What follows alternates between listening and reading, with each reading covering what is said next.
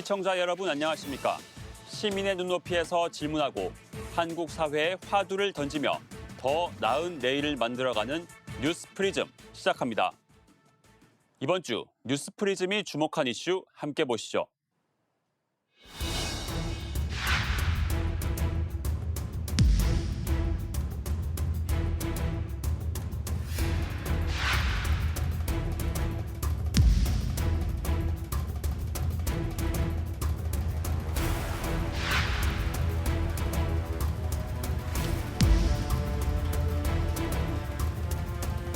방역 대응이 절박한 가운데 소상공인과 자영업자들의 어려움이 가중되고 버팀의 한계도 느끼는 등 큰 우려가 아닐 수 없습니다. 긴급 자금도 8월 중 신속 공급되도록 총력을 경주해 나가겠습니다.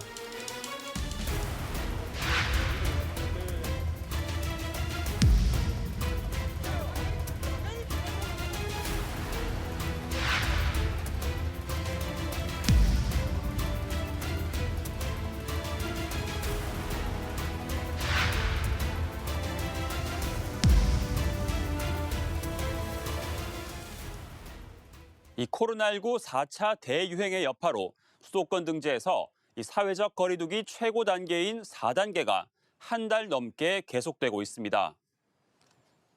야간 매출이 급감하면서 상인들은 직격탄을 맞았는데요. 김경목 기자가 직접 현장 목소리를 들어봤습니다. 과감한 결단과 신속한 실행만이 답이라는 판단하에서 정부는 높고 거센 4차 유행의 파도가 계속되고 있습니다. 1일 확진자가 첫 2,000명을 넘어서는 등 최악의 코로나 확산세, 거리두기 4단계도 지난달 12일부터 한 달 넘게 이어지고 있습니다. 평일 오후 5시 무렵 서울 남대문 시장 음식거리, 곳곳에 빈자리가 눈에 띕니다. 예전 같으면 손님들이 몰려들기 시작할 시간이지만 거리두기 4단계가 시작되면서 시민들의 마지막 식사 시간이 앞당겨졌습니다.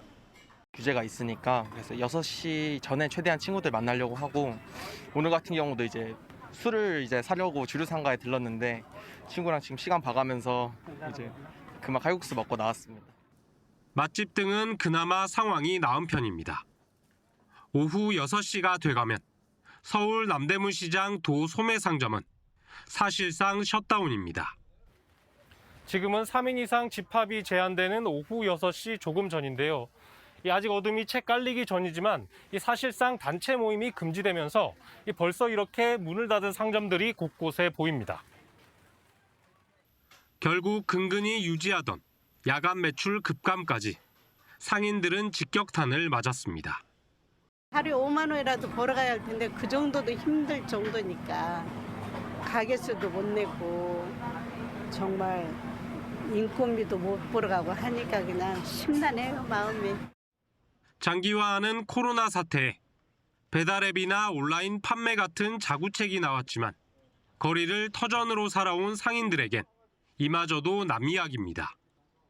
문을 닫아야 되나 말아야 되나 영업을 해야 되나 별 생각이 다 들어가죠.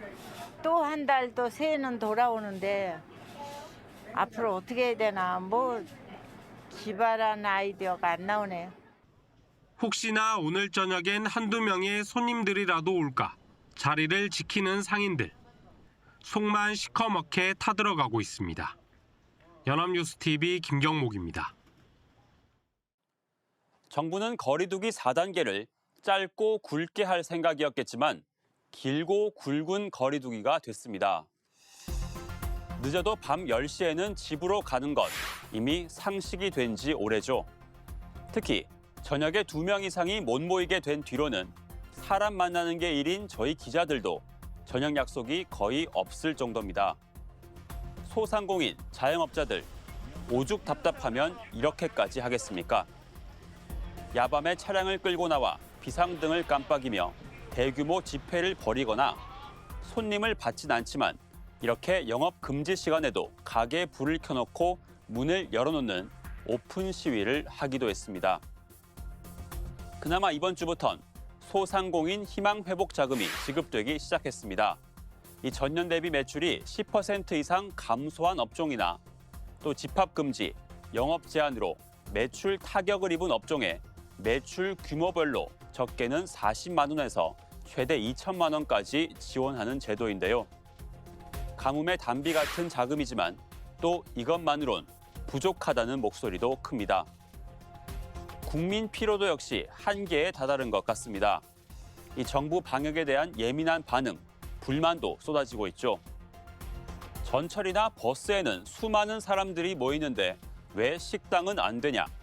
바이러스가 밤낮 가리지 않는데 왜 시간에 따라 모일 수 있는 사람 수 차이가 나냐?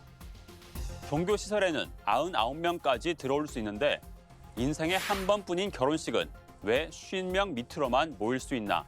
이런 불만들입니다. 최근 날씨도 폭우가 내렸다가 막바지 더위가 이어졌다 오락가락하는데 이 소상공인들의 마음도 바짝 말라갈 것 같습니다. 여기에 최근 식재료 값도 크게 올랐습니다. 조류 인플루엔자에 작황 부진까지 겹치면서 1년 새 달걀, 마늘 가격이 거의 50%나 뛰었습니다. 내년 최저임금도 올해보다 5% 올랐고 금리 인상도 예고된 상황입니다. 소상공인 입장에선 사중고입니다. 특히 이번 달 기준금리 인상이 유력해지면서 이들의 대출 부실화 위험도 커지고 있습니다. 현재 자영업자 대출 규모가 관련 통계 집계 이래 가장 크고 또 지금도 빠르게 증가하고 있습니다. 빚을 내서 간신히 연명하고 있는 형편인 이들, 그야말로 벼랑 끝에 서 있는 상황입니다. 이 내용은 이동훈 기자가 짚어봅니다. 1분기 말 자영업자의 대출 잔액은 831조 8천억 원에 달합니다. 전체 민간 대출 3,065조 원의 27% 규모로 이는 1년 전보다 19% 가깝게 증가해 관련 통계를 집계한 2012년 이래 역대 최고치입니다. 그런데 상황은 나아질 기미가 보이질 않고 있습니다. 수도권 거리두기 4단계 등 방역 수칙이 강화됐던 지난달 소상공인의 체감경기 지수는 32.8로 코로나19 1차 대유행이 시작됐던 3월 이후 1년 4개월 만에 최저치입니다.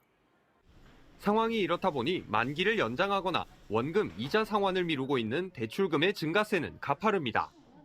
8월 초 5대 은행의 만기 연장, 원금, 이자 상환유예 대출금은 111조 3천억 원, 작년 말에 65조 원보다 46조 원 급증했습니다. 코로나 피해를 이유로 든 만기 연장이 58조 원에서 102조 원으로 늘었고 원금 상환 유예는 6조 원에서 8조 원으로 이자 유예액은 425억 원에서 559억 원이 됐습니다. 자영업자들의 빚은 늘고 있는데 한국은행의 이달 기준금리 인상이 유력해지면서 이자 부담 증가가 가중될 가능성이 높아지고 있습니다. 가계부채 증가세가 계속되면 자산시장의 버블이 심화하고 경제의 발목을 잡을 우려가 크다는 게 한국은행의 판단입니다. 금융안정에 대한 목적을 달성하기 위해서는 워낙 시급한 현안이라고 평가를 하고 있기 때문에 8월 인상 전망을 예상을 하고 있습니다. 이에 다음 달 말 종료 예정인 자영업자 대출 만기 연장, 이자 상환유예 금융 지원을 또 연장해야 한다는 목소리가 나옵니다. 다만 크게 불어난 빚이 금융 시스템을 위협하는 잠재적 리스크가 되고 있는 만큼 이자만큼은 내게 하는 등의 출구 전략을 마련해야 한다는 지적도 나옵니다. 지원을 연장해주고 하더라도 그 뒤를 좀 바라봐야 된다는 생각을 하는 거죠. 이자는 좀 받는 방식의 방안을 좀 고민해야 되는 거 아닌가.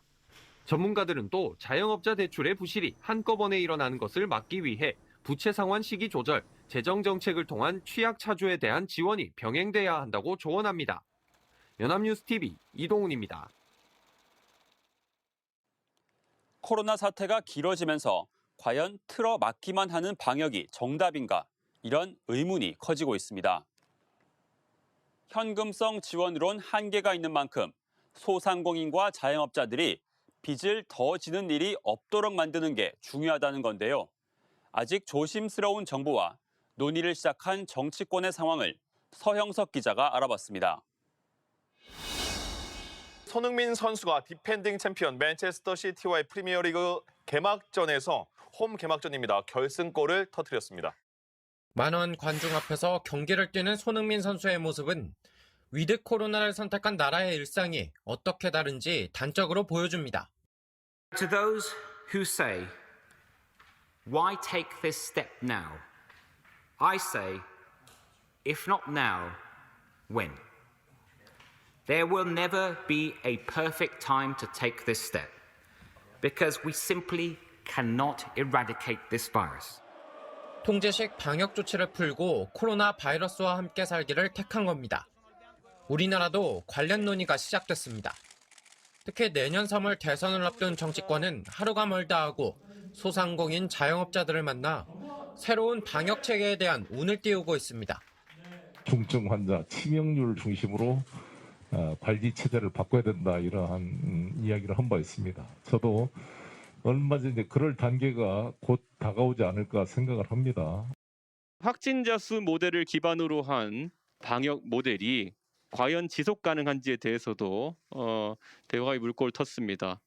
소상공인들이 더 이상 이런 사업이나 경제 활동에 과도한 제약을 받지 않는 이렇게 새로운 방역 체계를 고민하는 데는 이유가 있습니다. 집단 면역으로 마스크 벗을 날만 기다리던 나라들에게 델타 변이 같은 변종 바이러스의 유행은 근본적인 의문을 낳기 때문입니다. 실제 아스트라제네카 백신 개발을 주도했던 앤드루 폴라드 영국 옥스포드 대학 교수는 집단 면역은 불가능하다고 예측했습니다. 다만 정부의 판단은 조심스럽습니다. 지금은 때가 아니라는 게 정부의 판단입니다. 자칫 방역을 소홀히 한다면 확진자가 급속히 늘고 현재 의료 대응 체계 자체도 큰 부담을 줄 수밖에. 우선은 집단 면역을 달성하고 볼 일이라는 겁니다. 하루 신규 확진자 1000명대를 훌쩍 넘긴 4차 대유행 속에서 정부는 오는 10월 집단 면역 형성을 약속했습니다. 하지만 또 다른 변종 바이러스에 의한 5차, 6차 대유행을 배제할 수 없는 상황입니다. 결국은 코로나 종식이 아닌 같이 살기를 택할 때가 온다는 것인데 정부의 고민이 깊어질 수밖에 없을 것 같습니다. 연합뉴스TV 서영석입니다. 요즘 단골 가게 찾아가기 전 사람들이 꼭 하는 일이 있습니다. 그곳이 망했나 안 망했나 살피는 일입니다. 과거 수많은 연인들의 데이트 장소였던 서울 종로의 극장. 1998년 문을 열어 한국 재즈계의 상징적 장소였던 재즈클럽. 방송인 홍석천 씨의 이태원 가게. 이렇게 수십 년 동안 자리를 지키던 동네 터줏대감이 사라지는 것. 단순히 가게 하나가 문을 닫는 게 아니라 그곳에 남아있는 추억이 사라지는 일일 겁니다. 코로나19가 종식되지 않는 한 계속 강력한 방역을 유지할 것인가 아니면 코로나19와 함께 살아갈 것인가 선택해야 할 때가 올 겁니다. 특단의 대책이 없다면 그 선택의 순간까지 우리가 버틸 수 있는 시간이 그리 길지 않아 보입니다.